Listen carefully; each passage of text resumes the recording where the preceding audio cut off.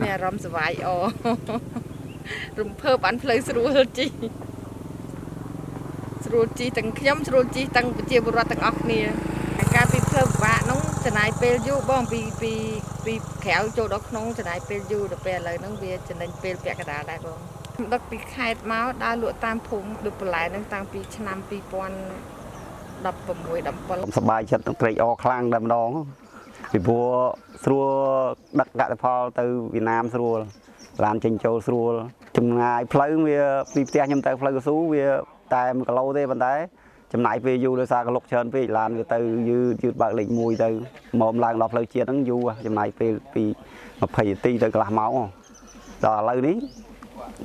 5នាទីដល់កាលពីមិនទាន់ធ្វើហ្នឹងអ្នកភូមិគាត់ដឹកកសិផលគាត់មកលក់ខ្ញុំហ្នឹងវាលំបាកចំណាយពេលយូរតែឥឡូវស្រួលគេដឹកមកបានច្រើនទៀតវាពីមុនដឹកមកជើងគេឡើងពីតាមផ្លូវបាក់ពេកគេដឹក20Bគេដឹក2ជើងឥឡូវគេ20Bគេដឹកតែមួយជើងមករួចស្រេចហ្មងសូមថ្លែងមកគុណដល់រដ្ឋាភិបាលជួយសម្រួលផ្លូវដល់ប្រជាជនយើងបានសម្រួលបានទាំងអស់ទាំង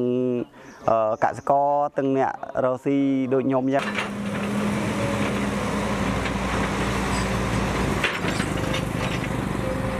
បើរៀបរាប់ពីផ្លូវពីដំបងមក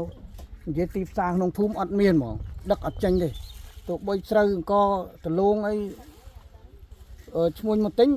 វាតម្លៃពាក់កណ្ដាលនៅលើខាងក្រៅឧទាហរណ៍ទៅគេលក់បាន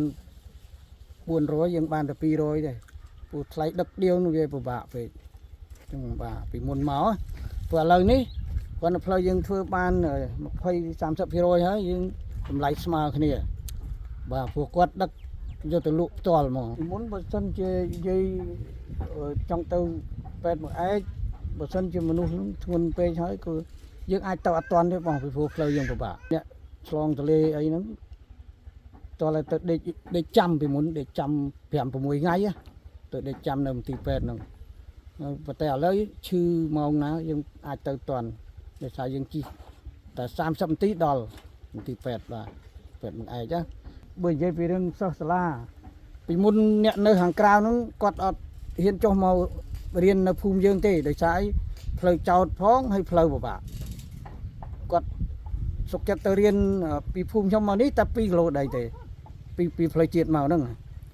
ជាពលរដ្ឋនៅជុំវិញនោះក៏អត់ហ៊ានមកនេះទេសុខចិត្តទៅអូបង្មន់7គីឡូដីដោយសារផ្លូវគេល្អជាងអញ្ចឹងឥឡូវគាត់ឆ្នាំនេះឮថាធ្វើផ្លូវ